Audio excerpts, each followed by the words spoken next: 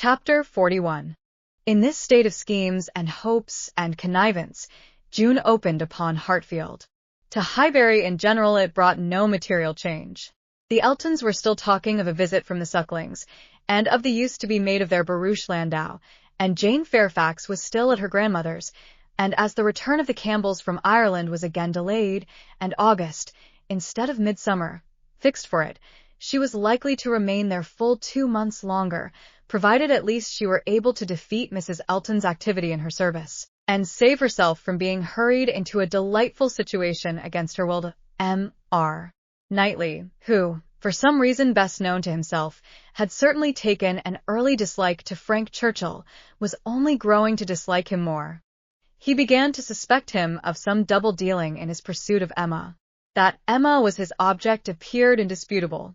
Everything declared it, his own attentions, his father's hints, his mother-in-law's guarded silence. It was all in unison. Words, conduct, discretion, and indiscretion told the same story. But while so many were devoting him to Emma, and Emma herself making him over to Harriet, Mr. Knightley began to suspect him of some inclination to trifle with Jane Fairfax. He could not understand it, but there were symptoms of intelligence between them. He thought so at least, symptoms of admiration on his side, which, having once observed, he could not persuade himself to think entirely void of meaning, however he might wish to escape any of Emma's errors of imagination. She was not present when the suspicion first arose. He was dining with the Randalls family and Jane at the Eltons, and he had seen a look, more than a single look, at Miss Fairfax, which, from the admirer of Miss Woodhouse, seemed somewhat out of place. When he was again in their company, he could not help remembering what he had seen, nor could he avoid observations which, unless it were like Cooper and his fire at twilight, myself creating what I saw, brought him yet stronger suspicion of there being a something of private liking, of private understanding even, between Frank Churchill and Jane. He had walked up one day after dinner, as he very often did, to spend his evening at Hartfield. Emma and Harriet were going to walk. He joined them, and on returning, they fell in with a larger party, who, like themselves, judged it wisest to take their exercise early, as the weather threatened rain. Mr. and Mrs. Weston and their son, Miss Bates and her niece, who had accidentally met. They all united, and, on reaching Hartfield gates, Emma, who knew it was exactly the sort of visiting that would be welcome to her father, pressed them all to go in and drink tea with him.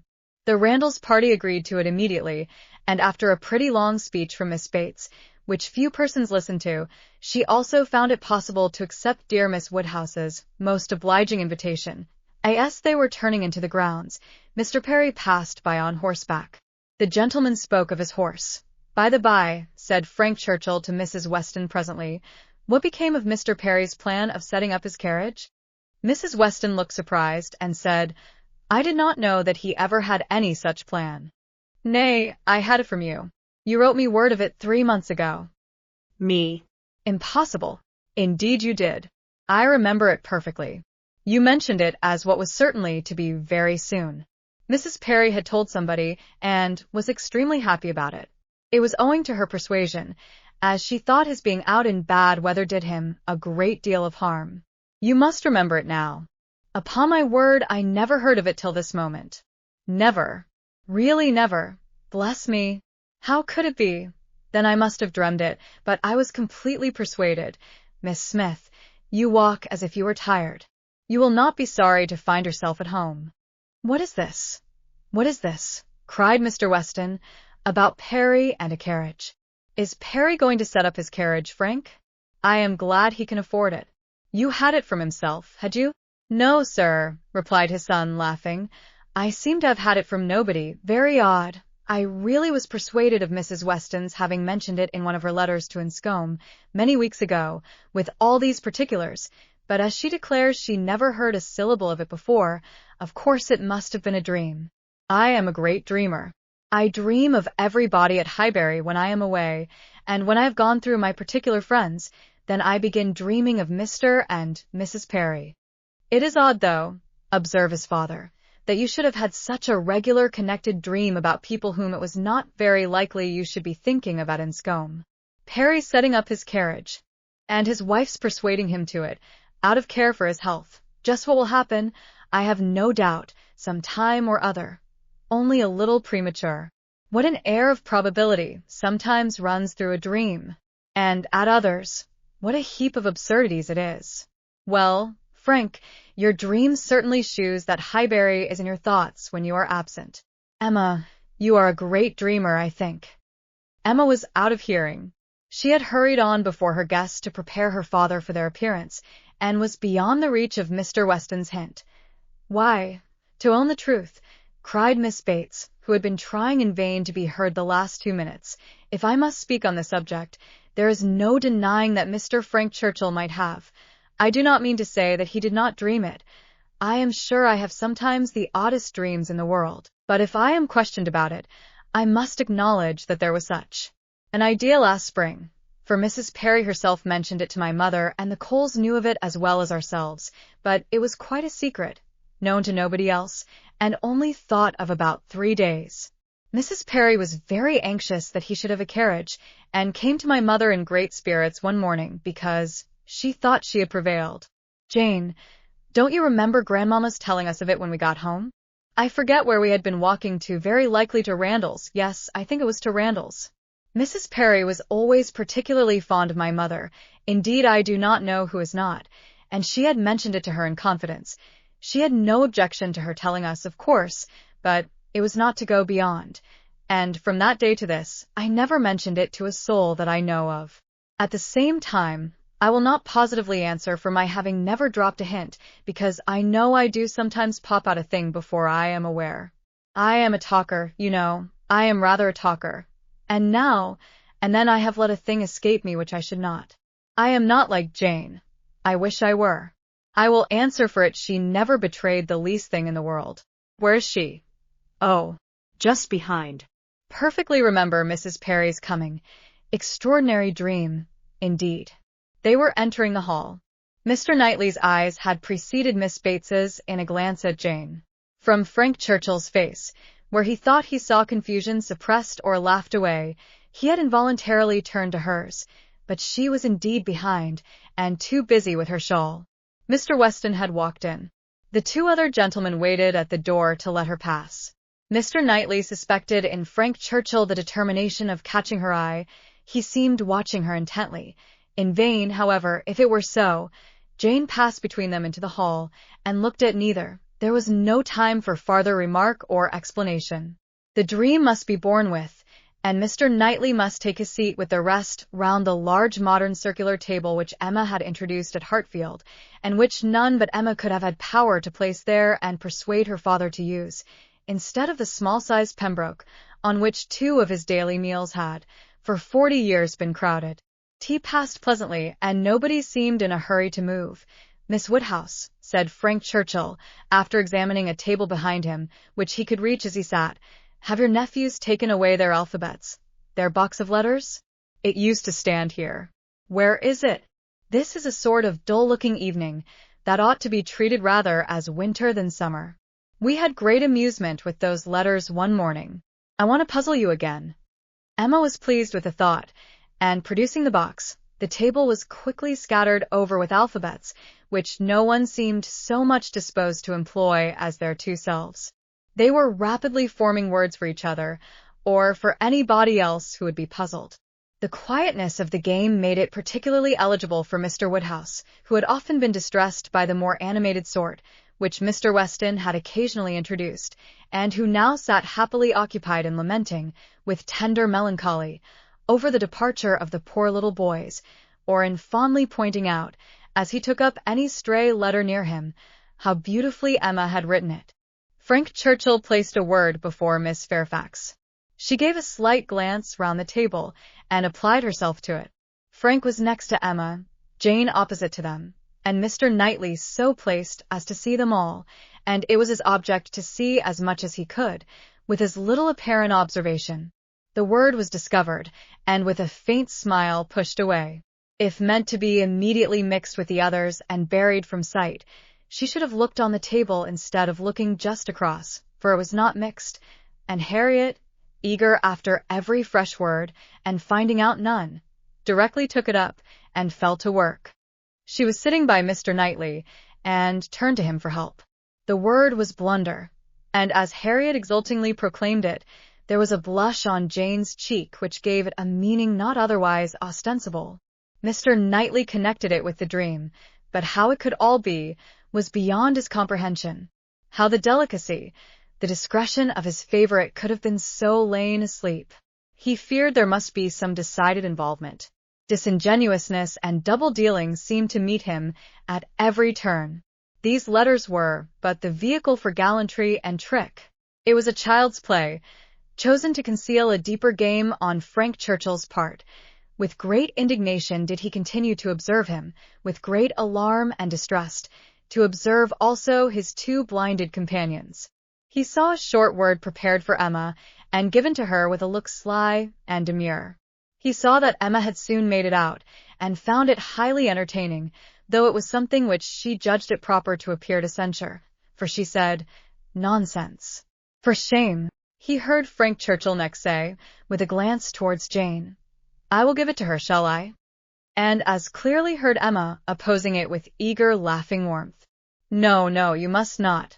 You shall not, indeed." It was done, however. This gallant young man, who seemed to love without feeling and to recommend himself without complaisance, directly handed over the word to Miss Fairfax, and with a particular degree of sedate civility entreated her to study it.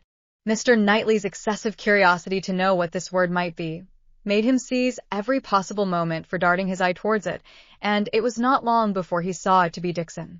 Jane Fairfax's perception seemed to accompany his. Her comprehension was certainly more equal to the covert meaning, the superior intelligence, of those 5 letters so arranged. She was evidently displeased, looked up, and seeing herself watched, blushed more deeply than he had ever perceived her, and saying only, "I did not know that proper names were allowed," pushed away the letters with even an angry spirit, and looked resolved to be engaged by no other word that could be offered. Her face was averted from those who had made the attack, and turned towards her aunt. "Very true, my dear," cried the latter, though Jane had not spoken a word. "I was just going to say the same thing. It is time for us to be going indeed. The evening is closing in, and grandmamma will be looking for us. My dear sir, you are too obliging. We really must wish you good night." Jane's alertness in moving proved her as ready as her aunt had preconceived. She was immediately up, and wanting to quit the table, but so many were also moving that she could not get away, and Mr. Knightley thought he saw another collection of letters anxiously pushed towards her, and resolutely swept away by her unexamined. She was afterwards looking for her shawl. Frank Churchill was looking also. It was growing dusk, and the room was in confusion, and how they parted, Mr. Knightley could not tell. He remained at Hartfield after all the rest, his thoughts full of what he had seen, so full that when the candles came to assist his observations, he must, yes, he certainly must, as a friend, an anxious friend, give Emma some hint, ask her some question. He could not see her in a situation of such danger without trying to preserve her. It was his duty. "Pray, Emma," said he, "may I ask in what lay the great amusement, the poignant sting of the last word given to you and Miss Fairfax? I saw the word, and am curious to know how it could be so very entertaining to the one, and so very distressing to the other." Emma was extremely confused.